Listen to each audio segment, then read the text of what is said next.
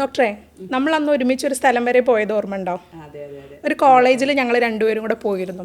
ആ സമയത്ത് ഞങ്ങൾ ക്ലാസ്സൊക്കെ എടുത്തു കഴിഞ്ഞപ്പം ഏതാണ്ട് ഒരു 18 വയസ്സ് 21 വയസ്സുള്ള കുട്ടികളാണ് അവിടെ ഉണ്ടായിരുന്നത്, പെൺകുട്ടികൾ.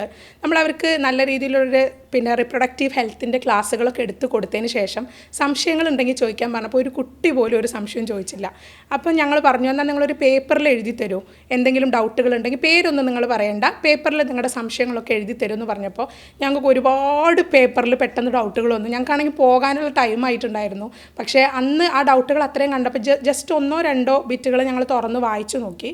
അതിലുണ്ടായിരുന്ന, ഡോക്ടറെ, ഇൻഫെക്ഷനാണ്, എനിക്ക് മൂത്രം ഒഴിക്കുന്ന ഭാഗമൊന്നും തൊടാൻ വയ്യ, ഭയങ്കര ചൊറിച്ചിലാണ്, വീട്ടിൽ പോകണം എന്ന് പറഞ്ഞിട്ട് ഇവർ വിടുന്നുമില്ല, ഒരു ഡോക്ടറെ കാണിക്കാനുള്ള സാഹചര്യം ഇവിടെ അല്ല, ഒരു ഹോസ്റ്റലായിരുന്നു. അപ്പോൾ ഞാൻ ഒരു പേപ്പർ വായിച്ചു, രണ്ടാമത്തെ പേപ്പറിലും ഇതേ കണ്ടൻറ്റ്, മൂന്നാമത്തെ പേപ്പറിലും സെയിം കണ്ടൻറ്റ് കണ്ടപ്പോഴാണ് ഫംഗൽ ഇൻഫെക്ഷൻ ആണോ എന്നുള്ളൊരു സംശയം തോന്നിയത്. അന്ന് ശരിക്കും പറഞ്ഞാൽ ഞങ്ങൾ മെൻസ്ട്രൽ ഹൈജീൻ്റെ ഒരു ക്ലാസ്സാണ് എടുത്തു കൊടുത്തത്. അപ്പോൾ ഞാൻ പറഞ്ഞു, ഇവിടെ എക്സാമിനേഷന് കുട്ടികളൊന്ന് നോക്കാൻ വേണ്ടി ഏതെങ്കിലും ഒരു റൂം ഞങ്ങൾക്ക് അറേഞ്ച് ചെയ്ത് തരുമോ എന്ന് ചോദിച്ചതിന് ശേഷം ആ റൂമിൽ പോവുകയും ഒരു കുട്ടീനെ നോക്കാൻ വേണ്ടിയിട്ടാണ് ഞാൻ ശ്രമിച്ചത്. അതിലൊരു പേപ്പറിൽ കുറച്ചധികം കംപ്ലയിൻസ് ഉള്ളതായിട്ട് തോന്നിയപ്പം ആ കുട്ടീനെ പരിശോധിച്ചപ്പം വളരെ സിവിയർ ആയിരുന്നു കുട്ടിയുടെ കണ്ടീഷൻ. ബ്ലഡ് വരെ മുറിഞ്ഞു പൊട്ടി ബ്ലഡ് ഉണ്ടാകുന്ന ഒരു അവസ്ഥ ആ ഭാഗത്തുണ്ടായിരുന്നു. ബട്ടക്സിൻ്റെ റീജിയണൊക്കെ ആകെ കറുത്ത് പാടുകൾ വന്ന് മുറിഞ്ഞ് പൊട്ടിയിരിക്കുകയായിരുന്നു. അപ്പോൾ ഇതൊരു ഫംഗൽ ഇൻഫെക്ഷനാണ്. തുടരെ 2, 3, 4 കുട്ടികളെ നോക്കിയപ്പം ഇതേ അവസ്ഥ തന്നെ അവർക്ക് തുടരുന്ന കണ്ടപ്പോൾ ഞാൻ പറഞ്ഞു, ഒരൊറ്റ കാര്യം നിങ്ങൾക്ക് ചെയ്യാനുള്ളൂ, ഡിസ്പേഴ്സ് ചെയ്യുക, ഹോസ്റ്റൽ കുട്ടികളൊക്കെ അവരുടെ വീട്ടിൽ വിടുക. അപ്പോൾ ഇതിനിടയിൽ 1-2 ബിരുദന്മാർ വന്നിട്ടുണ്ടായിരുന്നു, ഇൻഫെക്ഷൻ ആണെന്നൊക്കെ പറഞ്ഞിട്ട്, ഒരു ബുദ്ധിമുട്ടും ഇല്ലാത്തവർ ലീവ് കിട്ടാൻ വേണ്ടിയിട്ട് ചോദിച്ച കുട്ടികളുടെ ഇടയിലുണ്ട്. പക്ഷേ ഇതിൽ നിന്ന് എനിക്ക് മനസ്സിലായ ഒരു കാര്യമുണ്ടല്ലേ ഡോക്ടറെ, ഇൻഫെക്ഷൻ എന്ന് പറയുന്നൊരു സംഭവം വളരെ നിസ്സാരമായിട്ടാണ് ഇന്ന് കുട്ടികളുടെ ഇടയിൽ, ഇപ്പോൾ പ്രത്യേകിച്ച് ഹോസ്റ്റൽ ലൈഫൊക്കെ ഡീൽ ചെയ്യുന്ന ആൾക്കാർക്ക് ഇൻഫെക്ഷൻ വരാനുള്ള സാധ്യത വളരെ ഹൈ ആണ്. ഡോക്ടർക്ക് അതിനെക്കുറിച്ച് എന്താ തോന്നിയിട്ടുള്ളത്? അതെ, കുറേ പെൺകുട്ടികളുണ്ട്, കുറേ കാലം ഇത് കൊണ്ട് നടക്കുന്നുണ്ട്, ഈ യോനി ഭാഗത്തുള്ള ഇൻഫെക്ഷൻസും അതുപോലെ ഡിസ്ചാർജുകളും. പല ആൾക്കാർക്കും അറിയില്ല ഇത് ഇൻഫെക്ഷൻ കാരണമാണ് വരുന്നത്. പല ആൾക്കാരും നോർമലാണെന്ന് വിചാരിച്ചിട്ട് കുറേ കാലം കൊണ്ട് നടക്കുന്നുണ്ട്. അതുപോലെ തന്നെ സ്റ്റീറോയിഡ് ക്രീമുകൾ അല്ലെങ്കിൽ ആൻറ്റി ഫംഗൽ ക്രീമുകളൊക്കെ മെഡിക്കൽ ഷോപ്പിൽ നിന്ന് വാങ്ങിക്കും, എന്നിട്ട് കുറേ കാലം യൂസ് ചെയ്യും. പിന്നെ അവരുടെ സ്കിന്നൊക്കെ നോക്കുമ്പോൾ ആകെ ഡാമേജ് ചെയ്തിട്ടുണ്ടാവും. അപ്പോൾ അത്തരത്തിലുള്ള കുറേ ടെൻഡൻസികൾ അല്ലെങ്കിൽ കുറേ കേസുകൾ നമ്മൾ കണ്ടുവരുന്നുണ്ട്. ഈ ക്രീമുകളുടെയൊക്കെ ഉപയോഗം അധികമായി കഴിഞ്ഞാലൊക്കെ അവിടുത്തെ സ്കിന്ന് ഡാമേജ് ആവുകയാണ്. സ്കിന്ന് ഡാമേജ് ചെയ്ത് കഴിഞ്ഞാൽ വീണ്ടും ഇൻഫെക്ഷൻ കൂടും. അപ്പോൾ അത്തരം കേസുകളിലൊക്കെ നമ്മൾ ചെയ്യേണ്ടത് കൃത്യമായിട്ട് അത്തരം കുട്ടികളെ ട്രീറ്റ്മെൻറ്റ് കൊടുക്കാൻ ശ്രദ്ധിക്കുക. പ്രത്യേകിച്ച് അങ്ങനെ കേസുകൾ വൾവൽ വാക്സിംഗ് ഒക്കെ ഇന്ന് പലർക്കും അറിയുന്നുണ്ടാവില്ല. ഇപ്പോൾ പണ്ട് നമ്മൾ കൈ കാലിലെ രോമങ്ങളൊക്കെ വാക്സ് ചെയ്തിട്ട് കളഞ്ഞിട്ടുണ്ടായിരുന്നു.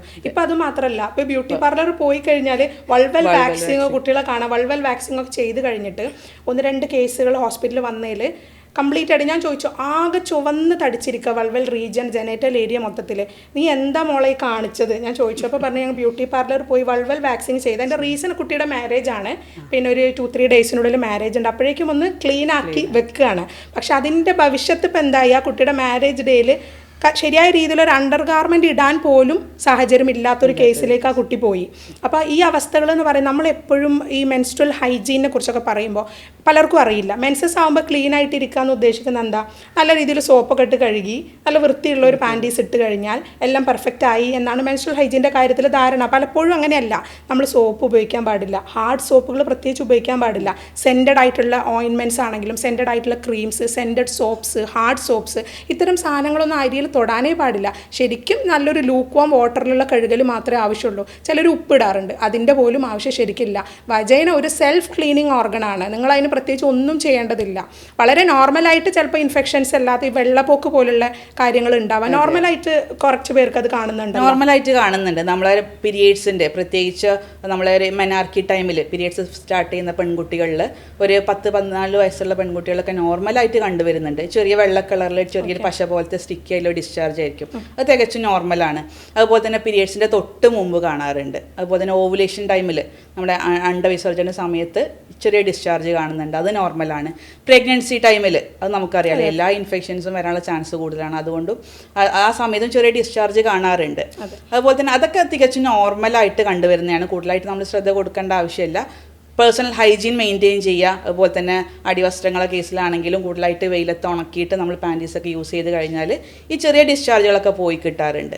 പക്ഷേ ചില കേസുകളിൽ ചില സ്ത്രീകളിലൊക്കെ ആണെങ്കിൽ കോൺട്രാസെപ്റ്റീവ് പിൽസൊക്കെ ലോങ് ടേം ആയിട്ട് യൂസ് ചെയ്യുന്ന സ്ത്രീകളിൽ, ഗർഭനിരോധന ഗുളികകളൊക്കെ കൂടുതലായിട്ട് ഉപയോഗിക്കുന്ന സ്ത്രീകൾ, അതുപോലെ ആൻറ്റിബയോട്ടിക്സ് സ്ഥിരമായിട്ട് ഉപയോഗിച്ച് വരുന്ന ആളുകളിലും പെട്ടെന്ന് ഇൻഫെക്ഷൻസ് വരാനുള്ള ചാൻസ് ഉണ്ട്. അത് ഇൻഫെക്ഷൻ്റെ നേച്ചർ തിരിച്ചറിയുന്നിടത്താണ് നമ്മൾക്ക് അതിൻ്റെ ഒരു പ്രസക്തി എന്ന് പറയുന്നത്.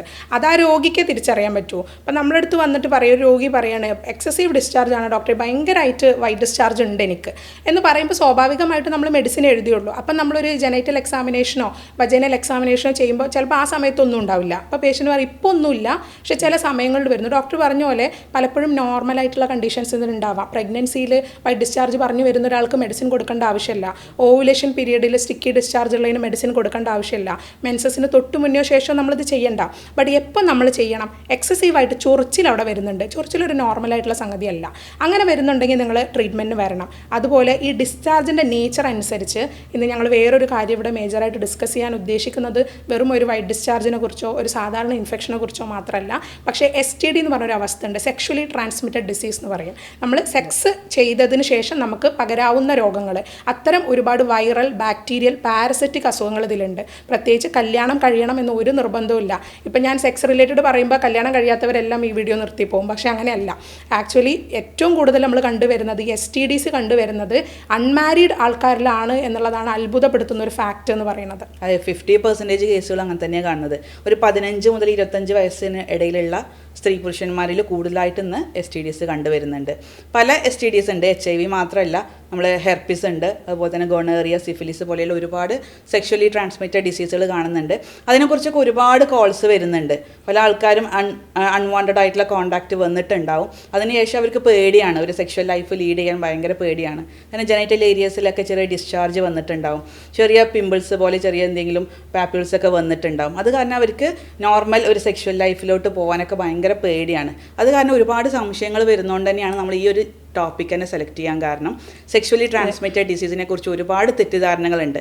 പല ആൾക്കാരും ചോദിക്കാറുണ്ട്, ഇത് നമ്മൾ ചെറുതായിട്ടൊരു കൊതുകടിയിലൂടെ ഒക്കെ പകരുമെന്ന് ചോദിക്കാറുണ്ട്. പക്ഷെ അങ്ങനെയൊന്നും പകരില്ല. പിന്നെ അതുപോലെ തന്നെ നമ്മൾ സെക്ഷുവൽ കോൺടാക്റ്റിൽ തന്നെ ഒരു കോണ്ടംസ് മാത്രം യൂസ് ചെയ്ത് സെക്ഷുവൽ കോൺടാക്റ്റ് നടത്തിയാൽ ഇത് പകരാതിരിക്കുമെന്ന് ചോദിക്കാറുണ്ട്. പക്ഷേ കോണ്ടംസ് മാത്രം ഉപയോഗിച്ചുകൊണ്ട് കാര്യമില്ല. നമ്മൾ ഇതിലൂടെ നമ്മൾ മൗത്തിലൊക്കെ ലീഷൻസ് കാണാറുണ്ട്. സെക്ഷുവൽ ട്രാൻസ്മിറ്റഡ് ഡിസീസിൽ മൗത്തിൽ വരാം, അല്ലെങ്കിൽ സ്കിന്നിൽ ലീഷൻസ്, ചെറിയ മുറിവുകൾ വരാം. അപ്പോൾ അതിലൂടെയൊക്കെ പകരാനുള്ള ചാൻസ് കൂടുതലില്ലേ. അപ്പോൾ അതുകൊണ്ട് നമ്മൾ സാധാരണ ഒരു കോണ്ടംസ് വെച്ച് മാത്രം നമുക്ക് പ്രിവെൻറ്റ് ചെയ്യാൻ പറ്റിയ ഒന്നല്ല. അത് ശരിയാണ്. അപ്പോൾ കോണ്ടംസ് യൂസ് ചെയ്തുകൊണ്ട് മാത്രം നമുക്കിതൊരു നാച്ചുറലായിട്ട് ഇതിന് പ്രിവെൻറ്റ് ചെയ്യാൻ കഴിയില്ല. ഇപ്പം ഒരു പേഷ്യൻറ്റ് പണ്ട് തന്നെ കോൾ ചെയ്തിട്ടുണ്ടായിരുന്നു. ഒരു 3-4 വർഷം മുന്നെയാണ്. അബ്രോഡുള്ള ഒരു മെയിൽ പേഷ്യൻ്റാണ്. അദ്ദേഹം എന്നെ കോൾ ചെയ്തിട്ട് പറഞ്ഞ സംഭവം ഇതാണ്: എനിക്ക് ഭാര്യയായിട്ട് ബന്ധപ്പെടാൻ 2 വർഷമായി കല്യാണം കഴിഞ്ഞിട്ട് ഇന്ന് വരെ ഞാൻ ഭാര്യയായിട്ട് ബന്ധപ്പെട്ടിട്ടില്ല. 3-4 തവണ അയാൾ നാട്ടിൽ പോയിട്ടുണ്ട്. ഒരു തവണ ആ കുട്ടീനെ വിസിറ്റിങ്ങിന് അവിടെ വിദേശത്തേക്ക് കൊണ്ടുപോവുകയും ചെയ്തിട്ടും ഒരു തവണ പോലും ബന്ധപ്പെട്ടിട്ടില്ല. അപ്പോൾ ബന്ധപ്പെടാൻ എനിക്ക് സാധിക്കുന്നില്ല. അപ്പം ഞാൻ കരുതി വല്ല ഉദാഹരണത്തിൻ്റെ പ്രശ്നമായിരിക്കും അയാൾക്ക് ഉണ്ടാവുന്നത്, അങ്ങനെ എന്തെങ്കിലും സെക്ഷൽ ഡിസീസാണോ. അപ്പോൾ എന്നോട് പറഞ്ഞൊരു കാര്യം ഇതാണ്: അവളെ എനിക്ക് ഭയങ്കര ഇഷ്ടമാണ് ഡോക്ടറെ, അതുകൊണ്ടാണ് എനിക്ക് അവളായിട്ട് ബന്ധപ്പെടാൻ പറ്റാത്തത്. അപ്പോൾ ഞാൻ ചോദിച്ചു, ഭയങ്കര ഇഷ്ടമുണ്ടെങ്കിൽ ഇയാൾ എന്തുകൊണ്ടാണ് ബന്ധപ്പെടാത്തത്? നമുക്ക് തീർച്ചയായിട്ടും ഒരു സെക്ഷൽ അട്രാക്ഷൻ, ഫിസിക്കൽ അട്രാക്ഷൻ നമുക്ക് ഇഷ്ടമുള്ള ആൾക്കാരോട് തോന്നുമല്ലോ. അതല്ല ഡോക്ടറെ എൻ്റെ പ്രശ്നം. എനിക്ക് പെനിസിൽ ഇപ്പോൾ ഒരു പാപ്യൂൾ പോലെ, ഒരു കുരു പോലെ ഒരു സംഭവം വന്നിട്ടുണ്ട്. അപ്പോൾ ഞാൻ പറഞ്ഞു, നീ എന്താ എന്തെങ്കിലും സെക്ഷലി ട്രാൻസ്മിറ്റഡ് ഡിസീസ് ഭയക്കുന്നുണ്ടോ? ഡോക്ടർ, എനിക്ക് ഹിസ്റ്ററി ഉണ്ട്. എനിക്ക് എൻ്റെ കല്യാണത്തിന് മുന്നേ ഒരുപാട് ലേഡീസായിട്ട് ഞാൻ ബന്ധമുണ്ടായിരുന്നൊരു വ്യക്തിയാണ്. പക്ഷേ കല്യാണത്തിന് ശേഷം ഞാനതെല്ലാം നിർത്തി. എനിക്കിപ്പോൾ അങ്ങനെ ഒരു ചിന്തയൊന്നുമില്ല. പക്ഷേ എനിക്കിപ്പോൾ പേടിയാണ്, എനിക്ക് എന്തെങ്കിലും ഡിസീസ് ഉണ്ടാവുമോ. ഇപ്പോൾ ഈ ഒരു പാപ്യൂളും കൂടെ കണ്ടപ്പോൾ, പെനിസിൽ ഇങ്ങനെ ഒരു വാട്ട് പോലെ ഒരു ഗ്രോത്താണ് കണ്ടത്. അപ്പോൾ ഇതും കൂടെ കണ്ടപ്പോൾ എനിക്ക് പേടിയായി. ഞാൻ ഇനി ബന്ധപ്പെട്ട് കഴിഞ്ഞാൽ അവൾക്കും കൂടി ഈ രോഗം കിട്ടില്ലേ? ഒന്നും അറിയാത്ത, ഒരു തെറ്റും ചെയ്യാത്ത എൻ്റെ വൈഫ് ഇതിനു വേണ്ടി ബുദ്ധിമുട്ടണ്ടേ? അതാണ് എൻ്റെ പേടി എന്ന് പറഞ്ഞപ്പോൾ ഞാൻ അയാൾക്ക് 1-2 ടെസ്റ്റുകൾ എഴുതി കൊടുത്തിട്ടുണ്ടായിരുന്നു. ആ ടെസ്റ്റുകൾ നെഗറ്റീവ് ആണെന്നുണ്ടെങ്കിൽ നീ പേടിക്കേണ്ട ആവശ്യമില്ല, പഴയ വിഷയങ്ങൾ നീ ഭാര്യയോട് ഷെയർ ചെയ്യും വേണ്ട എന്നുള്ള രീതിയിൽ തന്നെയാണ് പറഞ്ഞത്. അപ്പോൾ പല ആൾക്കാർക്കും അറിയാത്തൊരു കാര്യം ഇതിൻ്റെ സ്ലീപ്പിംഗ് പീരീഡാണ്. സ്ലീപ്പിംഗ് പീരീഡ് STDസിന് ഭയങ്കര ഹൈ ആണ്. ചിലപ്പോൾ HIV പോലുള്ള രോഗത്തിന് 10 വർഷമാണ് സ്ലീപ്പിംഗ് പീരീഡ്. നമുക്ക് രോഗം കിട്ടിക്കഴിഞ്ഞാലും 10 വർഷം വരെ യാതൊരു ലക്ഷണവും ആ വ്യക്തി കാണിക്കില്ല. അപ്പോൾ ആ 10 വർഷത്തിൽ ആരൊക്കെയായിട്ട് നിങ്ങൾ സെക്ഷൽ കോൺടാക്റ്റ് പുലർത്തിയിട്ടുണ്ടെങ്കിലും അവർക്കൊക്കെ ഈ ഒരു STD കിട്ടാനുള്ള ചാൻസ് വളരെ ഹൈ ആണ്. സിംഗിൾ കോൺടാക്റ്റ് പോലും വളരെ ഹൈ ആയിട്ട് ട്രാൻസ്മിഷൻ ഉണ്ടാവുന്ന ഒന്നാണ് സെക്ഷൽ ഡിസീസ് എന്ന് പറയുന്നത്. അതെ, പുറത്തേക്ക് ലക്ഷണങ്ങളൊന്നും കാണിക്കണം എന്നില്ല അല്ലേ ഡോക്ടറെ? അകത്ത് ആ വൈറസ് ഉണ്ടാവും, അതിൻ്റെ ലക്ഷണങ്ങൾ അകത്തേക്ക് ഉണ്ടാവും, പക്ഷെ പുറമേക്ക് യാതൊരു ലക്ഷണങ്ങളും കാണില്ല. അതുകൊണ്ട് പല ആൾക്കാരും വിചാരിക്കുന്നത് പുറമേക്കൊന്നും ഇല്ലല്ലോ, അതുകൊണ്ട് ഇത് പകരാനോ അല്ലെങ്കിൽ ഉണ്ടാവാനുള്ള സാധ്യത ഇല്ല എന്ന് വിചാരിക്കുന്ന കുറേ ആൾക്കാർ എന്നുള്ളത് തിരിച്ചറിയാതെയാണ് ഈ സ്ലീപ്പിംഗ് പീരീഡ് പോകുന്നത്. അപ്പോൾ അതുകൊണ്ട് തന്നെ സെക്ഷുവൽ കോണ്ടാക്റ്റിലൂടെ അല്ലെങ്കിൽ കിസ്സിങ്ങിലൂടെ, ചില കേസുകൾ ഹെർപ്പസ് സിംപ്ലെക്സ് പോലെയുള്ള ഡിസീസുകളൊക്കെ ആണെങ്കിൽ കിസ്സിങ്ങിലൂടെ വരെ നമുക്കിത് സ്പ്രെഡ് കാണുന്നുണ്ട്. ലീഷൻസ് ജെനൈറ്റൽ ഏരിയയിൽ മാത്രമല്ല വരിക, പലപ്പോഴും സെക്ഷൽ ട്രാൻസ്മിറ്റഡ് ഡിസീസ് ഒതുക്കുന്നത് നമ്മൾ ആ വജൈനൽ ഏരിയ അല്ലെങ്കിൽ പിനൈൽ ഏരിയയിൽ മാത്രം അല്ല, വായിൽ കൂടെ വരാം, ത്രോട്ടിൽ വരാം. ഇത്രയും സംഭവങ്ങൾ നമ്മൾ പിന്നീടായിരിക്കും ചിലപ്പോൾ തിരിച്ചറിയുന്നത്. ഇനിഷ്യൽ സിംറ്റംസ് 1-2 കാര്യങ്ങൾ നോട്ട് ചെയ്യേണ്ടത്, വ്യത്യാസം നമ്മൾ അറിയണമല്ലോ. അപ്പോൾ സാധാരണ ഒരു ഇൻഫെക്ഷനിൽ നിന്നും ഒരു STDക്ക് ഉണ്ടാകുന്ന ഡിഫറൻസ് എന്ന് പറയുമ്പോൾ മെയിൻലി ഡിസ്ചാർജിൻ്റെ കളർ ആൻഡ് നേച്ചർ എന്ന് പറയുന്നതാണ്. കുറച്ചും കൂടെ സ്റ്റിക്കി ആയിട്ട് യെല്ലോ ആൻഡ് ഗ്രീനിഷ് കളറിലായിരിക്കും STDയുടെ ഡിസ്ചാർജ് വരിക. എന്ന് കരുതി ഇൻഫെക്ഷനിൽ തീരെ വരില്ല എന്നൊന്നും ഞാൻ പറയുന്നില്ല, പക്ഷേ കൂടുതലായിട്ടും ഈ രീതിയിലാണ് ഡിസ്ചാർജ് ഉണ്ടാവുക. ഇച്ചിങ് പൊതുവെ കമ്പയർഡ് ടു നോർമൽ ഇൻഫെക്ഷൻ കുറച്ച് കുറവായിരിക്കും. സാധാരണ normal fungal infection, normal vaginal ഇൻഫെക്ഷൻസിനൊക്കെ ഇച്ചിങ് വളരെ ഹൈയാണ്. അതുപോലെ തന്നെ യൂറിൻ പാസ് ചെയ്യുന്ന സമയത്ത് ഭയങ്കര പെയിൻ ആയിരിക്കും STD ഉള്ളവരുടെ കേസിൽ. മറ്റവരുടെ കേസിൽ മൈൽഡായിട്ടായിരിക്കും, ചിലപ്പം ആബ്സെൻ്റ് ആയിരിക്കും. യൂറിൻ പാസ് ചെയ്യുമ്പോൾ പുകച്ചിൽ, നീറ്റലൊക്കെ ഇത്തരക്കാരാണ് പറയുക. ബന്ധപ്പെട്ടതിന് ശേഷമുള്ള വേദന അല്ലെങ്കിൽ ബന്ധപ്പെടുമ്പോൾ ഉള്ള വേദന, ബന്ധപ്പെട്ട് കഴിഞ്ഞിട്ട് ബ്ലഡ് പോവുക, ഇത്തരം കണ്ടീഷൻസ് ഒക്കെ STDയിൽ വളരെ ഹൈ ആയിട്ട് നമ്മൾ കണ്ടുവരുന്നുണ്ട്. നോർമൽ വജൈനൽ ഇൻഫെക്ഷൻ, അതായത് യോനി ഭാഗത്തുണ്ടാകുന്ന ഇൻഫെക്ഷൻസിൽ ഇത്രത്തോളം കാണാറില്ല. സാധാരണ ചെറിയ ഡിസ്ചാർജ്, ഒരു വെള്ള തൈര് പോലെ, കട്ട തൈര് പോലെ ഡിസ്ചാർജ് പറയാറുണ്ട് പെൺകുട്ടികൾ. ചിലപ്പോൾ ഗ്രേ കളറിൽ ഡിസ്ചാർജ് പറയാറുണ്ട്. ഇത്രത്തോളം STDസിനെ പോലെ ഇത്രത്തോളം സിംറ്റംസ് പറയാറില്ല. പിന്നെ ചെറിയ ചൊറിച്ചിൽ കൂടുതലായിട്ട് പറയുന്നുണ്ട് പെൺകുട്ടികൾ, പ്രത്യേകിച്ച് ഈ ഒരു ഡിസ്ചാർജ് കൂടുതലുള്ള പെൺകുട്ടികൾ ചൊറിച്ചിൽ കൂടുതലുണ്ട്. ഈ ചൊറിച്ചിൽ കൂടിയിട്ടാണ് ആ ഭാഗത്തൊക്കെ ചെറിയ ഇറിറ്റേഷൻ വന്നിട്ട് അതുവഴി മൂത്രമൊഴിക്കുമ്പോഴൊക്കെ ചെറിയ വേദന പറയാറുണ്ട്. അതുപോലെ തന്നെ ബാക്ടീരിയൽ ഇൻഫെക്ഷൻ ഒക്കെ ആണെങ്കിൽ കൂടുതൽ ചെറുതായിട്ട് ഗ്രേയിഷ് ബ്ലൂയിഷ് കളറിലൊക്കെ ഡിസ്ചാർജ് പെൺകുട്ടികൾ പറയുന്നുണ്ട്. അതുപോലെ തന്നെ ചില പെൺകുട്ടികളിൽ, പ്രത്യേകിച്ച് സെക്ഷുവൽ അബ്യൂസ് ഒക്കെ വന്ന പെൺകുട്ടികൾ, നമുക്കത് പുറത്തേക്ക് അവർ ആരോടും പറയാറുണ്ടാവില്ല, പക്ഷെ അവരെ നമ്മളൊന്ന് പരിശോധിച്ച് നോക്കിക്കഴിഞ്ഞാൽ അവർക്ക് നല്ല പോലെ ഡിസ്ചാർജ് കാണാറുണ്ട്. ഇൻഫെക്ഷൻ വന്നിട്ടുണ്ടാവും, അത് കാരണം നല്ലപോലെ ഡിസ്ചാർജ് ഉണ്ടാവും. അപ്പോൾ സെക്ഷുവലി അബ്യൂസ് ചെയ്ത പെൺകുട്ടികളിൽ ഇത്തരത്തിലുള്ള ഇൻഫെക്ഷൻസ് ചാൻസ് കൂടുതലാണ്.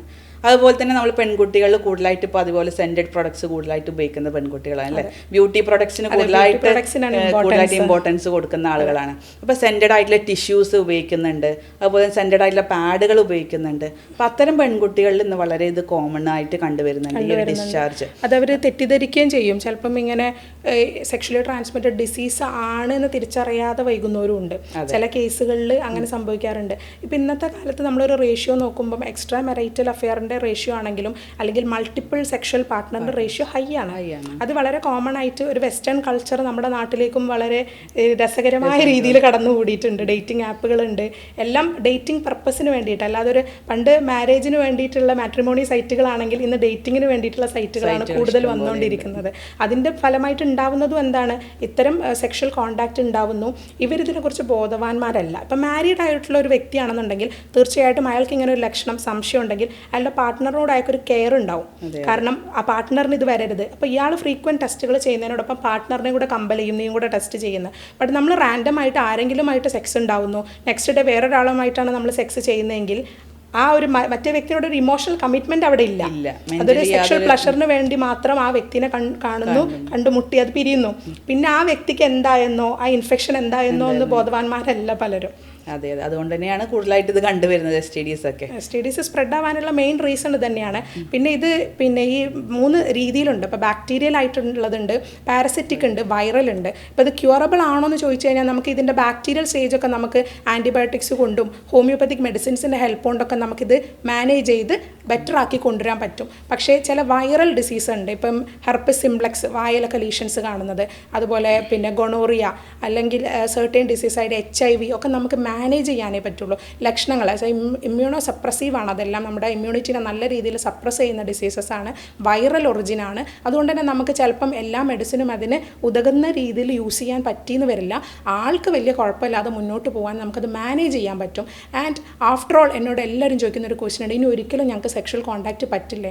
അങ്ങനെയില്ല. തീർച്ചയായിട്ടും HIV ഒന്നും നമുക്ക് പെട്ടെന്നൊന്നും സ്പ്രെഡ് ആവുന്നതല്ല. ഇപ്പം നിങ്ങൾ പെട്ടെന്ന് ഒരാളെ തൊട്ടു, ഒരു ഷെയ്ക്ക് ഹാൻഡ് കൊടുത്തു, പലർക്കും പണ്ടൊക്കെ അതൊരു വലിയ മിത്തായിരുന്നു. വന്നു, അപ്പോൾ ഒരാൾ തൊട്ടു അല്ലെങ്കിൽ ഷേക്ക് ഹാൻഡ് കൊടുത്തു, ജസ്റ്റ് ഒന്ന് കിസ് ചെയ്താലൊന്നും HIV പോലുള്ള ഇൻഫെക്ഷൻസ് ഒന്നും പരക്കില്ല. പക്ഷേ സെക്ഷൽ കോൺടാക്റ്റിൽ തീർച്ചയായിട്ടും ഈവൻ ഫോർ സിംഗിൾ കോൺടാക്റ്റ് അത് സ്പ്രെഡ് ചെയ്യുന്നതാണ്. എന്ത് ചെയ്യാൻ പറ്റും അതിന്? കോണ്ടം യൂസ് ചെയ്തുള്ള ബന്ധപ്പെടലാണ് ഏറ്റവും സേഫ് ആയിട്ടുള്ളത്. അത് STD ഉള്ളവർക്കാണെങ്കിലും അല്ലാത്തവർക്കാണെങ്കിലും നമ്മൾ സെക്ഷൽ കോൺടാക്റ്റിന് സമയത്ത് കോണ്ടം യൂസ് ചെയ്യുന്നത് നല്ലതാണ്. അതിൽ വളരെ ഇമ്പോർട്ടൻ്റ് ആയിട്ട് ഒരു ആൾ എന്നെ വിളിച്ച് ചോദിച്ചൊരു ക്വസ്റ്റ്യനാണ്, doctor what about oral sex എന്ന് ചോദിച്ചിട്ടുണ്ടായിരുന്നു. ഓറൽ സെക്സ് ചെയ്യാൻ പറ്റുമോ? തീർച്ചയായിട്ടും ഓറൽ സെക്സിലൂടെ ഈ ഒരു ഇൻഫെക്ഷൻ സ്പ്രെഡ് ആകും. അപ്പോൾ സ്പ്രെഡ് ആവില്ല എന്നൊന്നുമില്ല. ഞാൻ പറഞ്ഞല്ലോ, മൗത്ത് ലീഷൻസ് ഉള്ള ആൾക്കാരാണെന്നുണ്ടെങ്കിൽ തീർച്ചയായിട്ടും ഓറൽ സെക്സ് STD ഉണ്ടാക്കാൻ സാധ്യത ഉള്ളതെന്ന് തന്നെയാണ്. അത് ഏത് വിധേനയായാലും അതിനുള്ളൊരു പ്രൊട്ടക്ഷനായിട്ട് ഇപ്പം നിങ്ങളൊരു ബന്ധപ്പെടാൻ ആഗ്രഹിക്കുന്നു, ബട്ട് നിങ്ങൾക്കൊരു സംശയമുണ്ട് നിങ്ങൾക്ക് STD ഉണ്ടാവാം, നിങ്ങൾക്ക് മൾട്ടിപ്പിൾ പാർട്ട്ണർ ഉണ്ടെങ്കിൽ, നിങ്ങൾ ഒരാളായിട്ട് ബന്ധപ്പെടാൻ പോകുന്നുണ്ടെങ്കിൽ തീർച്ചയായിട്ടും അതിൽ ഓറൽ സെക്സ് വരുന്നുണ്ട് എന്നുണ്ടെങ്കിൽ നിങ്ങൾ കോണ്ടം യൂസ് ചെയ്യണം. അത് ജസ്റ്റ് ഫോർപ്ലൈൻ്റെ സമയത്തുള്ള ജെനൈറ്റൽ ഏരിയ ബ്രഷിങ്ങോ ടച്ചിങ്ങിന് പോലും നിങ്ങൾ കോണ്ടം യൂസ് ചെയ്യണം. അല്ലാതെ പെനിട്രേഷൻ്റെ സമയത്ത് മാത്രം കോണ്ടം ഇട്ടിട്ട് കാര്യമില്ല. ഇഫ് യു ആർ സസ്പെക്റ്റിംഗ് STD, നിങ്ങൾ അതിന് മുന്നേ തന്നെ നിങ്ങൾ ഒരു സെക്ഷൽ കോണ്ടാക്റ്റ് ബിഗിൻ ചെയ്യുന്ന സമയത്ത് തന്നെ ജെനൈറ്റൽ ഏരിയയിൽ ഈ ഒരു കോണ്ടംസ് ഇടുന്നത് നല്ലതാണ്. ഫീമെയിൽ കോണ്ടം ആയാലും മെയിൽ കോണ്ടം ആയാലും രണ്ടും ഈക്വലി ബെനഫിഷ്യൽ ആണ്. ബട്ട് നമ്മുടെ നാട്ടിൽ ഫീമെയിൽ കോണ്ടംസ് അത്ര പ്രോമിനൻ്റ് അല്ല, മെയിൽ കോണ്ടംസ് ആണ് കൂടുതൽ യൂസ് ചെയ്യുന്നത്. ഫീമെയിൽ കോണ്ടംസിൻ്റെ പേരാണ് ഡയഫ്രം എന്ന് പറയുന്നത്. അതും കൂടെ നമുക്ക് വേണമെങ്കിൽ യൂസ് ചെയ്യാം. ചില ആളുകൾ ചോദിക്കാറുണ്ട് ഡോക്ടറെ, ഡബിൾ കോണ്ടംസ്, അതായത് ഒന്നിന്റെ മുകളിൽ ഒന്ന് ഉപയോഗിച്ചിട്ട് ഇതിന് പ്രൊട്ടക്ഷൻ കിട്ടുമെന്ന് ചോദിക്കാറുണ്ട്. ശരിക്കും അത് ശരിയായിട്ടുള്ള രീതിയല്ലല്ലോ. രണ്ടു കോണ്ടംസ് ഒക്കെ ഒരുമിച്ച് വരുന്ന സമയത്ത് ചെറിയ ഫ്രിക്ഷൻ വന്നിട്ട് അത് പൊട്ടിപ്പോവാനുള്ള സാധ്യതയുണ്ട്. അപ്പൊ അത് കാരണം HIV-ന്റെ സ്പ്രെഡ് കൂടാനുള്ള സാധ്യതയുണ്ട്. അത് പല ആൾക്കാരും ലൂബ്രിക്കൻസ് യൂസ് ചെയ്യുമ്പോഴും നമ്മൾ ശ്രദ്ധിക്കണം. അതിൽ ലൂബ്രിക്കൻസ് യൂസ് ചെയ്യുമ്പോഴും വാട്ടർ ബേസ്ഡ് ലൂബ്രിക്കൻസ് ആണ് ഏറ്റവും നല്ലത്. നമ്മളൊരു ഓയിൽ ബേസ്ഡ് ലൂബ്രിക്കൻറ്റ് കോണ്ടത്തിന്റെ പുറത്തിടുകയാണെങ്കിൽ കോണ്ടം പൊട്ടാനുള്ള ചാൻസ് ഉണ്ട്. ഇപ്പൊ ഈ ഡബിൾ കോണ്ടം ഒക്കെ ഡബിൾ സേഫ്റ്റിക്ക് ഇടുന്നതാണ്. പക്ഷേ ഡബിൾ സേഫ്റ്റിയും പോയിട്ട് അതിന്റെ ഒരു ഒറിജിനൽ ആയിട്ടുള്ള എഫക്റ്റ് പോലും ആ സമയത്ത് കിട്ടുന്നില്ല എന്നുള്ളതാണ് വാസ്തവം. അതെ, ഡോക്ടർ കൂടുതലായിട്ട് നമ്മൾ STD-യുമായി ബന്ധപ്പെട്ടുള്ള മാനേജ്മെന്റ് ഒക്കെ വിശദമായിട്ട് പറഞ്ഞു. സാധാരണ നമ്മൾ ഡിസ്ചാർജ്, നമ്മൾ പെൺകുട്ടികൾ ഉണ്ടാകുന്ന നോർമൽ ലുക്കോറിയ അല്ലെങ്കിൽ വെള്ളപ്പോക്ക് എന്ന് പറയുന്ന ഡിസ്ചാർജ് നമുക്ക് വളരെ പൂർണ്ണമായിട്ട് 90% നമുക്കത് ക്ലിയർ ആക്കാൻ പറ്റാറുണ്ട്. കാരണം ഇങ്ങനത്തെ കേസുകളിൽ പേഴ്സണൽ ഹൈജീനാണ് ഇമ്പോർട്ടൻറ്റ് പെൺകുട്ടികളിൽ. പല പെൺകുട്ടികളും ഈ യോനിഭാഗത്ത് ഡിസ്ചാർജുള്ള പെൺകുട്ടികളും ഡെയിലി കുളിക്കാത്ത പെൺകുട്ടികളാണ്. അല്ലെങ്കിൽ ഡെയിലി അവർ ഹോസ്റ്റൽ ലൈഫ് ലീഡ് ചെയ്യുന്ന പെൺകുട്ടികളൊക്കെ ഡെയിലി കുളിക്കാറില്ല, അല്ലെങ്കിൽ പേഴ്സണൽ ഹൈജീന് യാതൊരു ഇമ്പോർട്ടൻസും കൊടുക്കാത്ത ആൾക്കാരാണ്. അപ്പം അത്തരം പെൺകുട്ടികളോട് നമ്മൾ പറയാനുള്ളത് ഡെയിലി കുളിക്കാൻ നോക്കുക. ഡെയിലി കുളി ഇതിൽ വളരെ അത്യാവശ്യമാണ്. കാരണം നമ്മളെ പ്രൈവറ്റ് പാർട്സ് ഒക്കെ ഒരുപാട് പേഴ്സണലി ഹൈജീനായിട്ട് നിൽക്കണം എന്നുണ്ടെങ്കിൽ കുളിക്കൽ നിർബന്ധമാണ്. അതുപോലെ ചില ആളുകളൊക്കെ വളരെ ചൂടുള്ള വെള്ളം ഉപയോഗിച്ചിട്ട് സാധാരണ യോനിഭാഗം ക്ലീൻ ചെയ്യാറുണ്ട്. അപ്പോൾ അതും ഒരു തെറ്റായിട്ടുള്ളൊരു കാര്യമാണ്. സാധാ പച്ചവെള്ളം അല്ലെങ്കിൽ ഇളം ചൂടുള്ള വെള്ളം മാത്രം ഉപയോഗിച്ചിട്ടൊക്കെ ആ ഭാഗം പെൺകുട്ടികൾ ക്ലീൻ ചെയ്യാൻ ശ്രദ്ധിക്കാൻ പറയാറുണ്ട്. അതുപോലെ തന്നെ സോപ്പ് വല്ലാതെ ഉപയോഗിക്കാൻ പറയാറില്ല. കാരണം സോപ്പൊക്കെ ഒരുപാട് ഉപയോഗിച്ച് കഴിഞ്ഞാൽ അവിടെയുള്ള ആൻറ്റി ബാക്ടീരിയൽ പ്രോപ്പർട്ടിയൊക്കെ പോകാനുള്ള സാധ്യതയുണ്ട്. സാധാ വെള്ളം ഉപയോഗിച്ചിട്ടാണ് നമ്മൾ ക്ലീൻ ചെയ്യാൻ പറയാറുള്ളത്. അത് മതി. ആ ഭാഗത്ത് ക്ലീൻ ചെയ്യാൻ, സെൽഫായിട്ട് ക്ലീൻ ചെയ്യാനുള്ള കുറേ മെക്കാനിസംസ് ഉണ്ട്. അപ്പോൾ അതുകൊണ്ട് തന്നെ സാധാ വെള്ളം ഉപയോഗിച്ചിട്ട് ക്ലിയർ ആക്കിയിട്ട് ക്ലീൻ ചെയ്യുക. അതുപോലെ തന്നെ പേഴ്സണൽ ഹൈജീൻ, അതുപോലെ കുളി, ക്ലീൻ ചെയ്യലൊക്കെ വളരെ പ്രധാനമാണ്.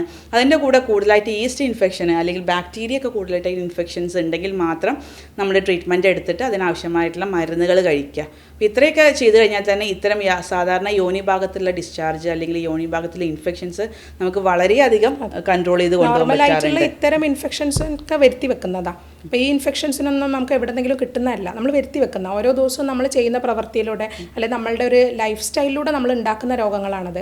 ഇപ്പോൾ ഈ ഇൻഫെക്ഷൻ തന്നെ ഡോക്ടർ പറഞ്ഞ പോലെ അൺട്രീറ്റഡ് ആയിട്ട് വെക്കുകയാണെങ്കിൽ മറ്റു പല ഇൻഫെക്ഷനിലേക്ക് സാധ്യത ഉണ്ട്. ഇപ്പോൾ ഹോൾ യൂട്രസ് PID വരാം, പെൽവിക് ഇൻഫ്ലമേറ്ററി ഡിസീസ് എന്ന് പറയും, അതുമൂലം വന്ധ്യത വരെ വരാം. ചിലപ്പോൾ ഞാൻ ഈ ഇൻഫെർട്ടിലിറ്റിക്ക് കൂടുതൽ പേഷ്യൻസ് വരുന്ന സമയത്ത് കുട്ടികൾ ഉണ്ടാവാത്തതിൻ്റെ റീസണിൻ്റെ ഭാഗമായിട്ട് എല്ലാം അവർ പറഞ്ഞാലും അവർ ഈ ഒരു വെള്ളപ്പോക്കിനെ കുറിച്ചൊന്നും ഉണ്ടില്ല. അപ്പോൾ ഞാൻ വൈറ്റ് ഡിസ്ചാർജ് ചോദിക്കുകയും അതിനെക്കുറിച്ച് ഡീറ്റെയിൽ ആയിട്ട് ചോദിക്കുക, അത് അത്ര നോക്കിയിട്ടില്ല എന്ന് പറയും. അതെന്താ ഡോക്ടർ ഇത്രയും വൈറ്റ് ഡിസ്ചാർജിനെ കുറിച്ച് ചോദിക്കുന്നത്? തീർച്ചയായിട്ടും അതിൽ ആൻറ്റി സ്പെർമിസൈഡൽ ആക്ഷൻസ് വരെ ഉണ്ടാവാം, അതിൻ്റെ pH തെറ്റാം, അപ്പോൾ സ്പേംസിനെ കൊല്ലുന്ന ആക്ഷൻസ് അതിലുണ്ടാവാം. ഒരു കുഞ്ഞുണ്ടാവാതിരിക്കാൻ ഇത്തരം ലൂക്കോറിയ അല്ലെങ്കിൽ വെള്ളപ്പോക്ക് അതുമൂലമുള്ള PID ഇൻഫെക്ഷൻസ് ഒക്കെ കാരണമാവാറുണ്ട്. അപ്പോൾ അത് വളരെ കെയർ എടുക്കേണ്ട ഒരു ഫീൽഡാണത്.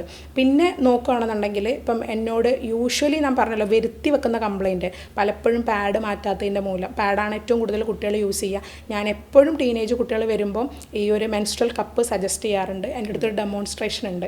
ആ ഡെമോൺസ്ട്രേഷൻ മോഡൽ വെച്ചിട്ട് ഞാൻ എപ്പോഴും അവർക്ക് മെൻസ്ട്രൽ കപ്പ് കപ്പ് ഇൻസേർട്ട് ചെയ്യുന്നതും എടുക്കുന്നതും എത്രയോ തവണ കാണിച്ചു കൊടുത്താലും കുട്ടികൾക്ക് പേടിയാണ്. കുട്ടികൾ അവിടെ ഇരിക്കട്ടെ, പാരൻസ് അപ്പോൾ അവരുടെ ഉമ്മമാരോ അല്ലെങ്കിൽ അമ്മമാരോ എൻ്റെ അടുത്ത് പറയുന്ന മെയിൻ റീസൺ, ഡോക്ടറെ പിന്നെ ഇതൊക്കെ വെച്ച് കഴിഞ്ഞാൽ ഈ കന്യാചർമ്മം അല്ലെങ്കിൽ ഹൈമൻ പൊട്ടിപ്പോകൂലേ എന്നുള്ളൊരു കാര്യം പറയാറുണ്ട്.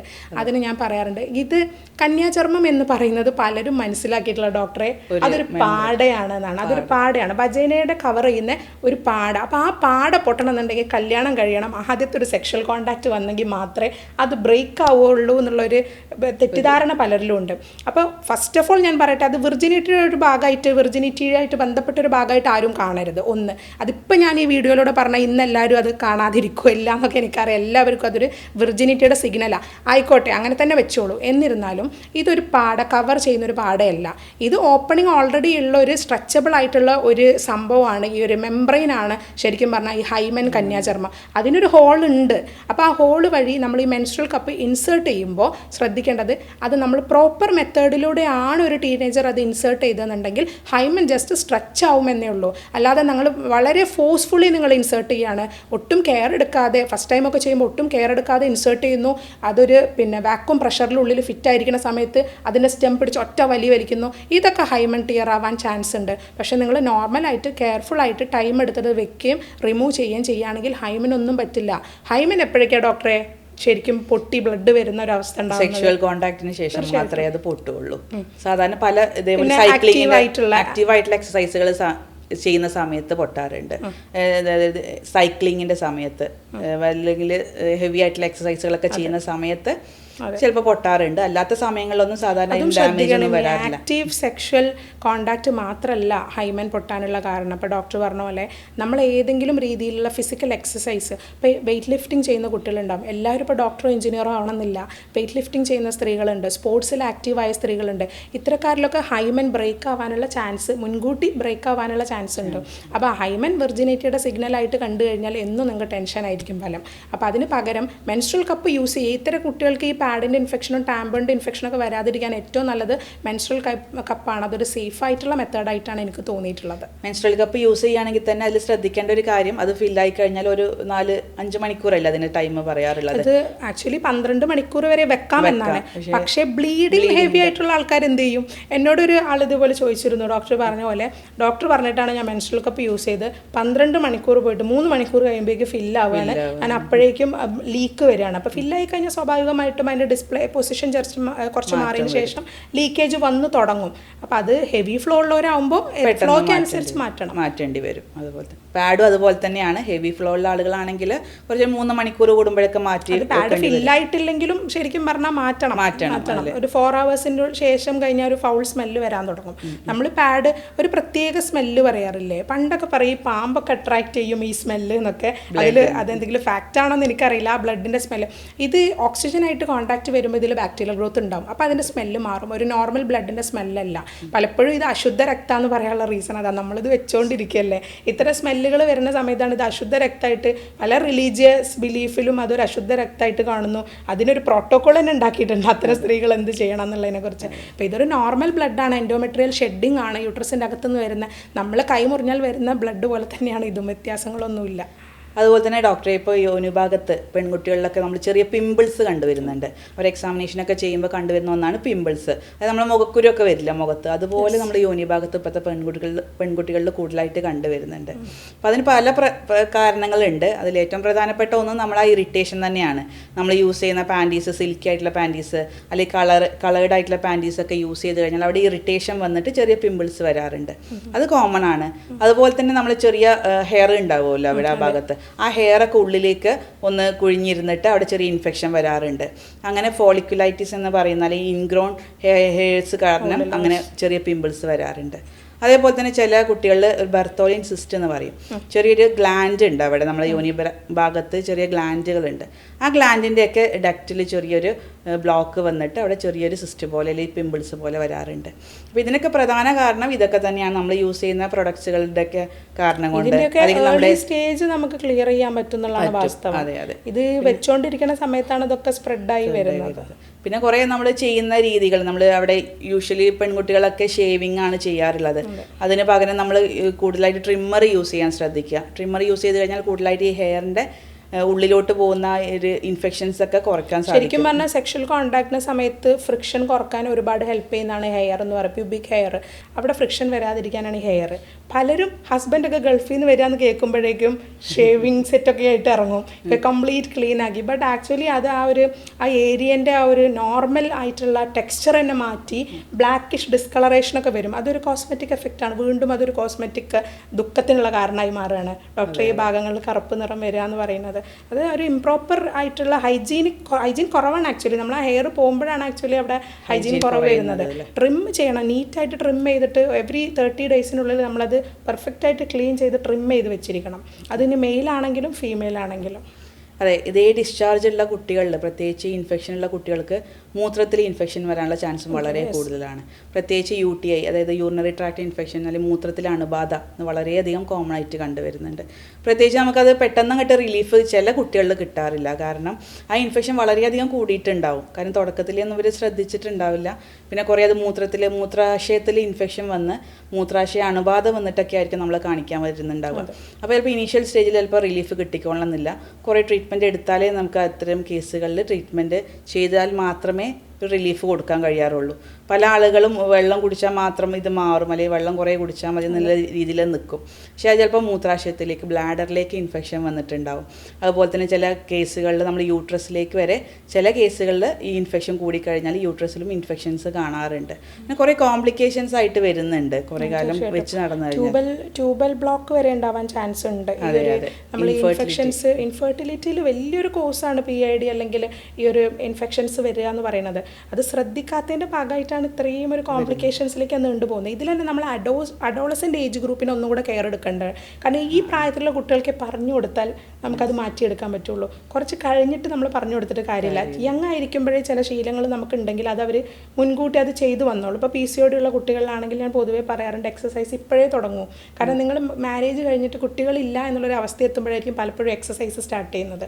അങ്ങനെ ചെയ്തിട്ട് നമുക്കൊരു റൊട്ടീനായിട്ട് അതൊരു ശീലമായിട്ട് നമ്മളെ ഭാഗമായിട്ട് ഉണ്ടായിക്കഴിഞ്ഞാൽ അത് തുടർന്നോളൂ. അത് പിന്നെ നമുക്ക് പറഞ്ഞു കൊടുക്കേണ്ട ആവശ്യം വരില്ല. അപ്പോൾ ചെറിയ ചെറിയ കാര്യങ്ങൾ ഇൻഫെക്ഷൻ്റെ കേസിൽ ശ്രദ്ധിക്കേണ്ടത് വളരെ ഇമ്പോർട്ടൻ്റ് ആണ്. ഇപ്പോൾ ഡോക്ടർ പറഞ്ഞ കുറച്ച് ടിപ്സ് ഉണ്ടല്ലോ, നിങ്ങൾ പിന്നെ ഷേവ് ചെയ്യരുത്, കംപ്ലീറ്റ് ആയിട്ട് ഷേവ് ചെയ്ത് കളയാതിരിക്കുക, മെൻസ്ട്രൽ കപ്പ് അതിൻ്റെ പ്രോപ്പർ വേയിൽ യൂസ് ചെയ്യുക, പാഡും ടാമ്പേൺസും കൃത്യസമയത്ത് മാറ്റുക, അല്ലെങ്കിൽ കളേർഡ് പാൻറ്റീസ് പോലുള്ള അണ്ടർ ഗാർമെൻറ്റ്സ് യൂസ് ചെയ്യാതിരിക്കുക, ടൈറ്റ് ഫിറ്റിംഗ് ക്ലോത്ത്സ് ഇടാതിരിക്കുക, വെള്ളം ധാരാളം കുടിക്കുക, ഹൈഡ്രേഷൻ ഇസ് വെരി ഇമ്പോർട്ടൻറ്റ്. അപ്പോൾ ഇങ്ങനത്തെ കുറച്ച് കാര്യങ്ങളൊക്കെ നിങ്ങൾ ശ്രദ്ധിച്ചു കഴിഞ്ഞാൽ നമുക്ക് ഇൻഫെക്ഷൻസിന് തടയാം. അതുമൂലം നിങ്ങൾ മൾട്ടിപ്പിൾ സെക്ഷൽ പാർട്ട്ണർ എന്നുള്ള ഒരു കാര്യത്തിലേക്ക് വരുന്നവരാണെങ്കിൽ, അങ്ങനെയുള്ളവരാണെങ്കിൽ തീർച്ചയായിട്ടും VDRL ടെസ്റ്റുകൾ, വെസ്റ്റേൺ ബ്ലോട്ട് ടെസ്റ്റ്, എലിസ ടെസ്റ്റുകൾ, അത്തരം ടെസ്റ്റുകളെല്ലാം ചെയ്തിരിക്കണം. ഇനി മൗത്തിൽ സോർസ് വരിക, കാങ്കേഴ്സ് വരിക, അല്ലെ സിഫിലിസിൻ്റെ, ഗൊണോറിയ പോലുള്ള സെക്ഷലി ട്രാൻസ്മിറ്റഡ് അസുഖങ്ങളുടെ ലക്ഷണങ്ങൾ കാണിക്കുക, ഡിസ്ചാർജ് ഗ്രീൻ കളറിൽ വരിക, ഇത്തരം പ്രശ്നങ്ങൾ ഉണ്ടാകുമ്പോൾ നിങ്ങൾ തീർച്ചയായിട്ടും ടെസ്റ്റ് ചെയ്യണം. മാത്രമല്ല ഇനി ടെസ്റ്റ് ഡയഗ്നോസ് ചെയ്തിട്ടില്ലെങ്കിൽ പോലും എവറി 1 ഇയറിൽ നിങ്ങൾക്കിത് റിപ്പീറ്റ് ചെയ്ത് നോക്കാവുന്നതാണ് ഇത്തരം ടെസ്റ്റുകൾ. ഇത് പേടിയുള്ളവരാണെന്നുണ്ടെങ്കിൽ മാക്സിമം സേഫർ സെക്സ് പ്രാക്ടീസ് ചെയ്യുക. സേഫർ സെക്സിൽ നിങ്ങൾക്ക് കോണ്ടം യൂസ് ചെയ്യാം, നിങ്ങൾക്ക് മൾട്ടിപ്പിൾ സെക്ഷൽ പാർട്ട്ണർ എന്നുള്ളത് ഒഴിവാക്കാം, ഒരു സിംഗിൾ പാർട്ട്ണറിലേക്ക് കോൺസെൻട്രേറ്റ് ചെയ്യുക. എപ്പോഴും നിങ്ങൾ ടെസ്റ്റ് ചെയ്യുമ്പോൾ 2 കപ്പിളും 2 പേരും ടെസ്റ്റ് ചെയ്യാൻ ശ്രദ്ധിക്കുക. പെൺകുട്ടികളിൽ വെള്ളപ്പോക്കുള്ള പെൺകുട്ടികളൊക്കെ ആണെങ്കിൽ നമുക്ക് തുടക്കത്തിലേ അത് കണ്ടെത്തുകയാണെങ്കിൽ വീട്ടിലിരുന്ന് ചെയ്യാൻ പറ്റുന്ന കുറച്ച് കാര്യങ്ങളുണ്ട്. പ്രത്യേകിച്ച് ഇമ്മ്യൂണിറ്റി ബൂസ്റ്റ് ചെയ്യാൻ പറ്റുന്ന കുറച്ച് കാര്യങ്ങൾ ശ്രദ്ധിക്കാൻ പറയാറുണ്ട്. അതായത് വിറ്റാമിൻ C അടങ്ങിയിട്ടുള്ള കൂടുതലായിട്ടുള്ള നാരങ്ങ, നെല്ലിക്ക പോലെയുള്ള ഭക്ഷണങ്ങൾ കൂടുതലായിട്ട് കഴിക്കാൻ പറയാറുണ്ട്. അതുപോലെ തന്നെ നമുക്ക് വജൈനൽ വാഷ് ആക്കിയിട്ട് നമുക്ക് പേരക്കയുടെ ഇല തിളപ്പിച്ചിട്ട് നമുക്ക് ആ വജൈനൽ വാഷ് ആക്കിയിട്ട് ഉപയോഗിക്കാം. ഇളം ചൂടുവെള്ളത്തിൽ പേരക്കയുടെ ഇല തിളപ്പിക്കുക, എന്നിട്ട് നമുക്ക് വജൈനൽ ഏരിയ ക്ലീൻ ചെയ്യാൻ ഉപയോഗിക്കാം. അതുപോലെ തന്നെ ആര്യവേപ്പിൻ്റെ ഇലയൊക്കെ തിളപ്പിച്ചിട്ട് നമുക്ക് ആ ഭാഗം ക്ലീൻ ചെയ്യാൻ ഉപയോഗിക്കാറുണ്ട്. ഇൻഫെക്ഷൻസ് ഒക്കെ കുറച്ച് കൊണ്ടുവരാൻ ഇത്തരത്തിലുള്ള കാര്യങ്ങൾ സഹായിക്കുന്നുണ്ട്. അതുപോലെ തന്നെയാണ് നമുക്ക് കഴിക്കാൻ പറ്റുന്ന മറ്റ് ഭക്ഷണങ്ങളാണ് കൂടുതലായിട്ട് കഞ്ഞിവെള്ളം കൂടുതലായിട്ട് കഴിക്കാൻ പറ്റും. അതുപോലെ തന്നെ നമുക്ക് വിറ്റാമിൻ C അടങ്ങിയിട്ടുള്ള മറ്റ് ഫ്രൂട്ട്സുകൾ, ഓറഞ്ച്, മുസമ്പി പോലെയുള്ള ഫ്രൂട്ട്സുകൾ കൂടുതലായിട്ട് ഉപയോഗിക്കാം. അതുപോലെ തന്നെ മല്ലി ഇട്ട് തിളപ്പിച്ച വെള്ളം ഇത്തരത്തിലുള്ള ഇൻഫെക്ഷൻസ് കുറയ്ക്കാൻ വളരെയധികം സഹായിക്കുന്നുണ്ട്. അതുപോലെ തന്നെ ഉലുവ ഇട്ട് തിളപ്പിച്ച വെള്ളമൊക്കെ നമ്മൾ പറയാറുണ്ട്. തൈര് അതുപോലെ തന്നെ പ്രീബയോട്ടിക്സ്, പ്രോബയോട്ടിക്സ്, പുളിയില്ലാത്ത തൈരൊക്കെ സ്ഥിരമായിട്ട് ഉപയോഗിച്ച് കഴിഞ്ഞാൽ കുറേ അധികം വ്യത്യാസം കാണാറുണ്ട്. ഇതൊക്കെ ഒരു ഇനീഷ്യൽ സ്റ്റേജിൽ നമ്മൾ പറഞ്ഞു കൊടുക്കുന്ന കാര്യങ്ങളാണ്. കുറേ ഒരു ഇൻറ്റൻസിറ്റി അല്ലെങ്കിൽ കോംപ്ലിക്കേഷൻസ് ഒക്കെ കുറയ്ക്കാൻ അത് വളരെയധികം സഹായിക്കുന്നുണ്ട്. വരുന്നുണ്ട്. ഹോം റെമഡി മാത്രം നോക്കിയിരുന്നിട്ട് കാര്യമില്ല, അത് ഇനീഷ്യൽ സ്റ്റേജിലേ പറ്റുള്ളൂ. പക്ഷേ കുറച്ച് കൂടുതലായി കഴിഞ്ഞാൽ അല്ലെങ്കിൽ കൂടുതലായിട്ട് ഇൻഫെക്ഷൻസ് കൂടുതൽ ഉണ്ടെങ്കിൽ നമ്മൾ കൃത്യമായിട്ട് അതിനെ ട്രീറ്റ്മെന്റ് പറഞ്ഞു റെമഡി ആയിട്ട് വെളുത്തുള്ളിയും ബേക്കിംഗ് സോഡയും വജൈനൽ ഏരിയയിൽ പെരട്ടിയ ഒരു പെൺകുട്ടീനെ എനിക്കറിയാം. പൊള്ളിയിട്ടാണ് പിന്നെ വന്നിട്ടുള്ളത്. പല യൂട്യൂബിൽ നമ്മൾ പല യൂട്യൂബിലും കാണും. പലരും ഇത് എഡ്യൂക്കേറ്റഡ് അല്ലാത്തവരും ഇതിനെക്കുറിച്ച് ഹെൽത്തിൽ അവെയർ അല്ലാത്തവർ പോലും ഇന്ന് പിന്നെ ഹെൽത്ത് റിലേറ്റഡ് വീഡിയോസ് ആണ് കണ്ടന്റാ ചെയ്യുന്നത്. അത് കണ്ടിട്ട് കുറേ പെൺകുട്ടികൾ അതുപോലെ ചെയ്ത് കൊളാക്കുന്നുണ്ട്. പക്ഷേ കൃത്യമായിട്ട് ഡോക്ടർ പറയുന്ന ഉപദേശങ്ങൾ സ്വീകരിക്കുക. അതുപോലെ തന്നെ ഇൻഫെക്ഷൻസ് ഉണ്ടെങ്കിൽ അതിന് കൃത്യമായിട്ട് ട്രീറ്റ്മെന്റ് കൊടുക്കുക. അതിന് വേണ്ടിയിട്ട് തന്നെ നമ്മൾ കൃത്യമായിട്ട് രോഗിയുടെയൊക്കെ രോഗലക്ഷണങ്ങൾ നോക്കും. എല്ലാ രോഗലക്ഷണങ്ങളും നോക്കിയിട്ട് അവർക്ക് അനുയോജ്യമായിട്ടുള്ള കോൺസ്റ്റിറ്റ്യൂഷണൽ ട്രീറ്റ്മെൻറ്റ് ചെയ്തു വരുന്നുണ്ട്. ഇതിന് വേണ്ടിയിട്ട് നമ്മുടെ ഹോസ്പിറ്റലിൽ കൃത്യമായിട്ട് യൂറോപ്യൻ നിർമ്മിത സോഫ്റ്റ്വെയറിൻ്റെയും അതുപോലെ ആർട്ടിഫിഷ്യൽ ഇൻ്റലിജൻസിൻ്റെയൊക്കെ സഹായത്തോടെയാണ് നമ്മൾ രോഗനിർണ്ണയം നടത്തി വരുന്നത്. അപ്പോൾ കൃത്യമായിട്ട് നമുക്ക് STDs ആണെങ്കിൽ പോലും നമുക്ക് കൃത്യമായിട്ട് കണ്ടെത്താൻ കഴിയും. ഒരു രോഗനിർണ്ണയം നടത്തി ചികിത്സിക്കുന്നത് വളരെയധികം നല്ലതാണ്, പ്രത്യേകിച്ച് ഇത്തരം കേസുകളിലൊക്കെ. അപ്പോൾ ആ ഒരു ചികിത്സാ രീതിയിലൂടെ ഒരുപാട് രോഗികൾക്ക് നമുക്ക് ആശ്വാസം കൊടുക്കാൻ കഴിഞ്ഞിട്ടുണ്ട്. അപ്പോൾ ഇത്തരം വിഷയങ്ങളെക്കുറിച്ച് നിങ്ങൾക്ക് കൂടുതലായിട്ട് അറിയണമെന്നുണ്ടെങ്കിൽ താഴെ കാണുന്ന വാട്സപ്പ് നമ്പറിലൊക്കെ ഞങ്ങൾ കോൺടാക്ട് ചെയ്യാം. ഡോക്ടർക്ക് എന്തെങ്കിലും പറയാനുണ്ടെങ്കിൽ പറയാം. കൺക്ലൂഡ് ചെയ്യാം. മനസ്സിലായി എന്ന് കരുതുന്നുണ്ട് അല്ലേ? എല്ലാവർക്കും കുട്ടികളിത് കൂടുതൽ കെയർ എടുക്കുക. ഇത്തരം കാര്യങ്ങൾ പിന്നെ വീഡിയോ വിശദമായിട്ട് മനസ്സിലായി എന്ന് കരുതുകയാണ്. അപ്പോൾ നിങ്ങൾക്ക് ഇത്തരം ഡൗട്ടുകൾ ഉണ്ടെങ്കിൽ ഡോക്ടർ പറഞ്ഞ പോലെ തന്നെ താഴെ കാണുന്ന നമ്പറുകളിൽ നിങ്ങൾക്ക് ഡൗട്ട് രേഖപ്പെടുത്താവുന്നതാണ്. ഞാൻ ഡോക്ടർ ജോബിതാപ്ഷൻ, ഡോക്ടർ ബാസിൽ സോമിയോ ഹോസ്പിറ്റൽ, പാണ്ടിക്കാട്, മലപ്പുറം. ഞാൻ ഡോക്ടർ ഷഹല, സീനിയർ കൺസൾട്ടൻ്റ് ആണ്, ഡോക്ടർ ബാസിൽ സോമിയോ ഹോസ്പിറ്റൽ, പാണ്ടിക്കാട്.